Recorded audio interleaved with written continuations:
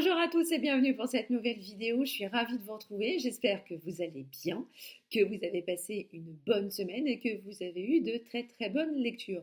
Je vous retrouve donc aujourd'hui pour une vidéo dont l'idée m'est venue il y a un petit moment. Ça faisait un moment que je voulais faire cette vidéo. L'idée m'est venue tout simplement un jour pendant que j'étais en train de faire mon jogging. Comme souvent, hein, les idées comme ça, les idées de vidéos, les idées de challenge, que ce soit pour, voilà, que ce soit pour ma chaîne, mon blog, le boulot, la vie perso, il m'arrive toujours des idées quand je cours. Enfin bon, bref, vous me direz, on se fout totalement de la manière dont tu as eu l'idée de cette vidéo. L'essentiel, c'est que tu la fasses. Donc j'espère qu'elle vous plaira. J'avais l'idée de vous présenter des livres ou des auteurs dont on parle très très peu sur Booktube. Alors pourquoi parce que maintenant il y a beaucoup d'auteurs, beaucoup de livres à présenter. C'est vrai que par moment on a l'impression que Booktube c'est un petit peu standardisé parce qu'on présente plus ou moins tout à chacun les mêmes romans. Bon, ça c'est malheureusement, heureusement, comme on reçoit à peu près tous les mêmes livres, on est un petit peu, par le fait, obligé de parler des mêmes bouquins.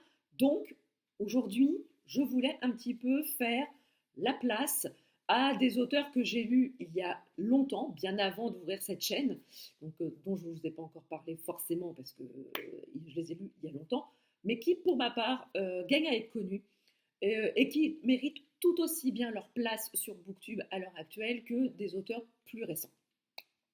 Et donc, je vais commencer par Patrick Graham, avec ici l'Apocalypse selon Marie, aux éditions Pocket. On a aussi souvent parlé avec Séverine sur sa chaîne de Retour à Rédemption, qui était absolument magnifique. Patrick Graham, c'est un auteur de thriller qui a écrit quelques bons thrillers, dont l'Évangile selon Satan, qui était le premier tome avec le personnage de Marie. Alors ici, on a Marie qui est un agent spécial du FBI. Elle se retrouve coincée lors du passage de l'ouragan Katrina à la Nouvelle-Orléans. Elle est sur place et elle doit retrouver un tueur qui est absolument démoniaque. Il a assassiné plusieurs archéologues de renom et il y a la vie d'une petite fille qui est en jeu. Donc on est ici dans un thriller absolument haletant. Le personnage de Mary Sparks, il est indescriptible. Il est complètement indescriptible. Je peux pas vous en dire plus parce que il faut le lire. Il faut le lire pour le comprendre. Je regarde quand est-ce qu'il est sorti celui-ci. Il doit y avoir une bonne dizaine d'années quand même.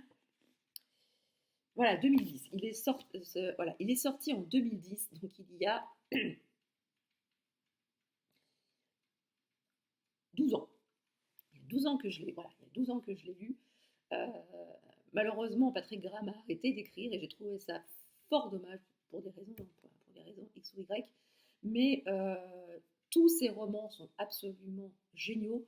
Je me rappelle avoir lu l'Évangile selon Satan coincé dans ma voiture alors qu'il y avait une grève et que l'autoroute était bloquée. Je peux vous dire que j'avais lu à peu près l'Évangile selon Satan fait à peu près cette épaisseur-là. J'avais lu l'Évangile selon Satan coincé dans ma voiture pendant 4 heures et je peux vous dire que je n'avais pas vu ces 4 heures passer. Donc je dis merci à Patrick Graham. Je ne sais pas s'il regardera un jour cette vidéo, mais en tout cas, merci à lui, car grâce à l'Évangile selon Satan, j'ai pu passer cette matinée complètement improbable coincée dans ma voiture sur l'autoroute. Et en tout cas, l'Apocalypse selon Marie, évidemment, il y a une connotation religieuse, l'Apocalypse, Marie, mais ne vous arrêtez pas à ce titre. De mémoire, je crois qu'il n'y a aucune connotation religieuse dans le roman. C'est juste le titre voilà, qui fait cogiter un petit peu. L'auteur aimait bien un petit peu mélanger les codes, mélanger les genres. Et franchement, on a passé, c'est extrêmement haletant. Le roman fait près de 700 pages en poche, mais je peux vous dire que ces 700 pages, vous les dégommez complètement et vous passez un excellent moment, mais c'est extrêmement haletant. Et, euh, et la fin étant l'apothéose, bien évidemment. Je poursuis avec Jérôme Camus, qui a écrit une saga qui s'intitule Malorne. Donc ici, il y a le tome 1, Le trait d'union des mondes. Jérôme Camus, maintenant, on le connaît plus particulièrement avec ses romans, thrillers, qu'il écrit à quatre mains avec Nathalie Hugues. Mais il faut savoir qu'avant d'écrire à quatre mains tous les deux, ils écrivent chacun de leur côté. Jérôme Camus, il a écrit, je crois que c'est une tétralogie qui mêle fantastique, thriller, fantasy. Et je trouve, alors moi j'avais lu le tome 1, j'avais beaucoup aimé son style, j'avais beaucoup aimé l'univers qu'il nous proposait, et j'ai jamais lu la suite. Pardon. Pardon. Pourtant j'avais vraiment beaucoup aimé ce que j'avais lu. C'est sorti quand ça? Ouh, 2008. Ça ne nous rajeunit pas les gars. En tout cas, si vous aimez le style d'écriture de Jérôme Camus et Nathalie Hugues ensemble, vous aimerez ce que nous propose ici Jérôme Camus tout seul dans Malorne. Alors ici, il y a un ethnologue qui découvre au fin fond de l'Amazonie une statue représentant un homme armé d'une épée, et sur la garde de l'épée est inscrit le mot Malorne. Ensuite, ce même ethnologue est contacté par un riche mécène qui lui offre tous les moyens il lui offre carte blanche pour pouvoir résoudre un certain nombre d'énigmes. Et ils s'aperçoivent qu'une deuxième statue a été mise à jour. Pour qui? Pourquoi? Comment? Voilà commence l'épopée de Malorne. D'ailleurs, je me suis auto-hypée parce que j'ai très très envie de relire le tome 1 pour m'enquiller la suite de la série. Voilà, je m'auto-hype. Quitte à hyper quelqu'un, autant que je commence par moi-même, hein, vous me direz. Hein. Donc voilà, si vous aimez le thriller, la fantasy, le fantastique, le mélange des mondes, le mélange des genres, voilà, allez-y, foncez sur Jérôme Camus, Malorne, Le trait d'union des mondes, avec publié aux éditions Le Livre de Poche. Je crois qu'ils sont tous sortis en poche. Donc, je pense aussi que vous pouvez facilement les trouver en occasion aussi. Donc, et si ça vous dit, voilà, je pose l'idée là. Si ça vous dit, si ça vous branche, si ça vous tente, on peut organiser une lecture commune autour de ce tome 1. Déjà, pour moi, ce serait une relecture, bien évidemment. Mais voilà, si ça vous tente, si le genre vous tente, si l'aventure vous tente, n'hésitez pas à me dire en commentaire si vous voulez tenter la lecture commune de Malorne, le tome 1. Ensuite, un auteur que j'aime beaucoup, ça fait longtemps qu'il n'a pas sorti de roman, il s'agit de Jean-Luc Bizien avec ici La main de gloire aux éditions 10-18. Donc ici, on a affaire à un alchimiste qui mène des enquêtes dans le Paris au temps de l'exposition universelle. Et cet alchimiste, il est aidé par une assistante, sa servante, tout ce que vous voulez. Et ce duo d'enquêteurs, complètement improbable à l'époque, va mener des enquêtes. Alors, ce sont des polars. Ce sont des romans policiers. Je crois qu'il y en a 3 dans ce. Voilà, il y a La Chambre mortelle, La main de gloire et le 3e, je ne m'en rappelle plus. Mais j'avais énormément aimé cette trilogie avec ce duo de personnages dans la description du Paris de l'exposition universelle. J'aime beaucoup cette époque. On a fait énormément d'avancées en termes scientifiques Et voilà, l'auteur a tellement bien su retranscrire l'ambiance de cette époque, tout le contexte politique, social et scientifique de l'époque, avec deux personnages complètement...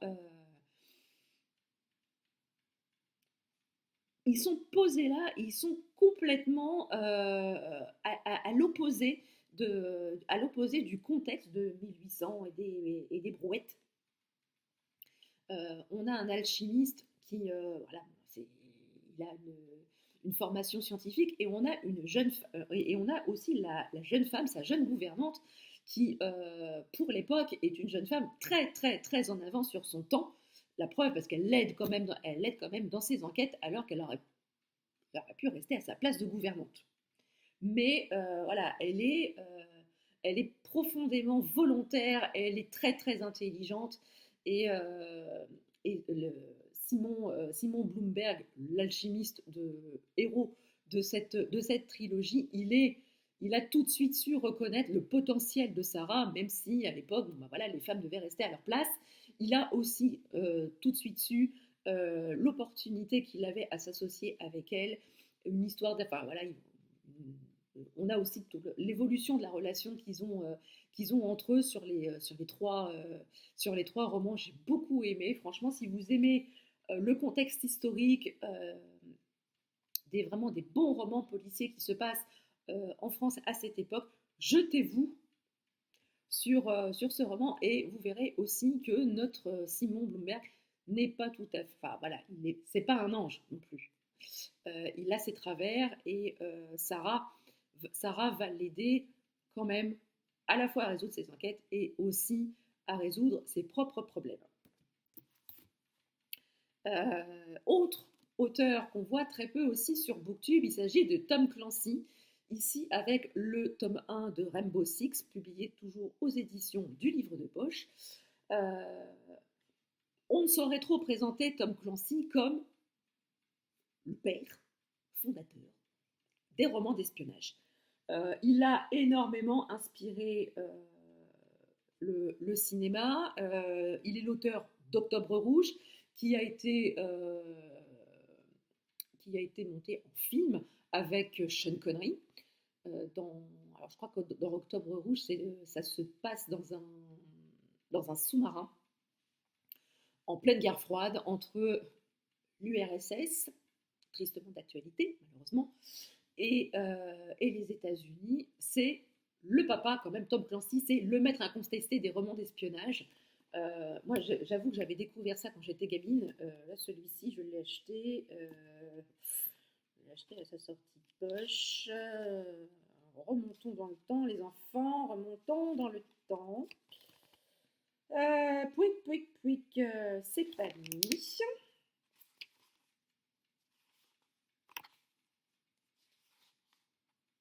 Nom d'une pipe, 1998. Oups. C'est de pire en pire. C'est de pire en pire. Bref.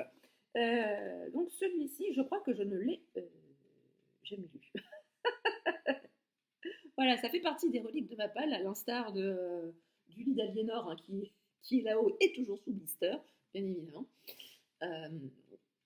Mais voilà, j'ai lu Octobre Rouge, j'ai lu d'autres romans de Tom Clancy, lesquels que j'ai lus d'ailleurs. Mais voilà, j'avais beaucoup aimé La somme de toutes les peurs, Sur ordre. Oui, j'en ai lu quand même quelques-uns, et il a quand même fait son fonds de commerce sur la guerre froide. Les romans d'espionnage, c'est à ce moment-là que les espions, que ce soit des deux côtés, s'en donnaient à cœur joie. C'était une période, comme on dit, un peu propice. Et donc ici, on retrouve le héros de Danger immédiat et de La somme de toutes les peurs. Il est à la tête de l'unité spéciale Rainbow Six. Et il va se trouver devant un foisonnement d'énigmes. Et il y en a forcément à foison, parce que Rainbow Six étant 2 tomes. Donc ici, il y a le tome 1, le tome 2, il est là-bas.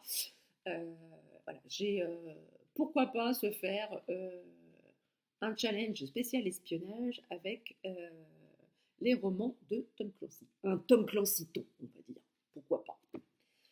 Et enfin, j'aimerais vous parler aussi d'un auteur de polar thriller français. Il s'agit de Laurence Calaise, ici avec Le baiser de Jason, publié aux éditions Pocket. Alors ici, euh, on a affaire à un tueur en série particulièrement retors, Jason. Euh, on a le commissaire Vidal qui va se lancer à la poursuite de ce tueur en série. Voilà, il n'est pas très très long, mais alors, c'est hyper haletant. La plume de Laurence Calaise. D'abord, Laurence Calaise, vous ouvrez un roman de Laurence Calaise et vous vous laissez porter. Vous vous laissez complètement porter, il vous emmène, il vous balade, il vous mène par le bout du nez. Il y a des scènes quand même,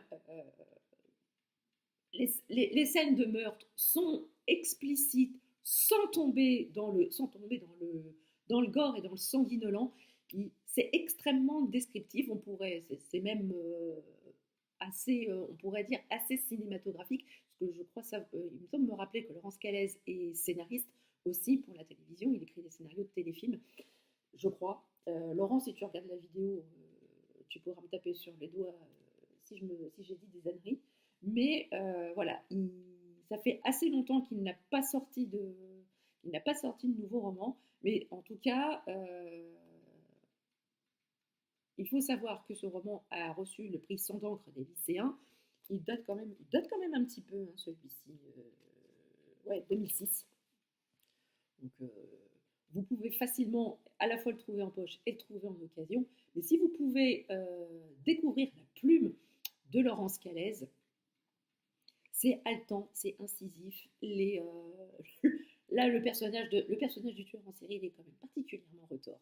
Il est quand même particulièrement pervers, particulièrement sadique, particulièrement sauvage.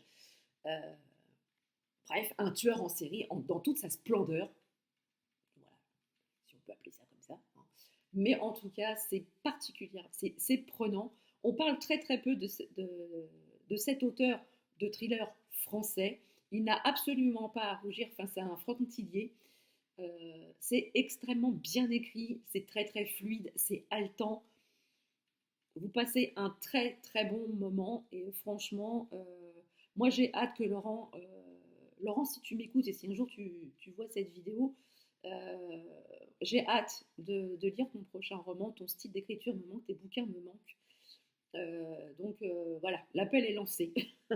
Mais voilà, j'aime beaucoup ce qu'il écrit. Et quand on a la chance d'avoir des auteurs français de cette qualité-là, il faut en parler et il faut les découvrir. Voilà, cette vidéo est à présent terminée. J'espère qu'elle vous aura plu. Si des fois, voilà, elle vous a plu, peut-être que j'en ferai une autre avec d'autres auteurs dont on parle peu sur YouTube. N'hésitez pas à me dire en commentaire si vous aussi vous avez des auteurs que vous connaissez et dont on ne parle pas ou peu sur YouTube. N'hésitez pas à me dire à me dire tout ça en commentaire, me dire aussi si je vous ai donné envie de lire les romans que je vous ai présentés. N'oubliez pas, si vous êtes intéressé par la lecture commune du tome 1 de Malorne de Jérôme Camus, n'hésitez pas aussi à me le dire en commentaire. Si la vidéo vous a plu, n'hésitez pas à mettre un pouce en l'air, j'en serais absolument ravie, c'est très important pour le développement de la chaîne. Si vous n'êtes pas encore abonné, n'hésitez pas, c'est gratuit, ça fait plaisir et ça ne fait mal à personne. Sur ce, je vous laisse, je vous souhaite une très très bonne journée, de très très belles lectures et je vous dis à très bientôt pour une prochaine vidéo. Ciao.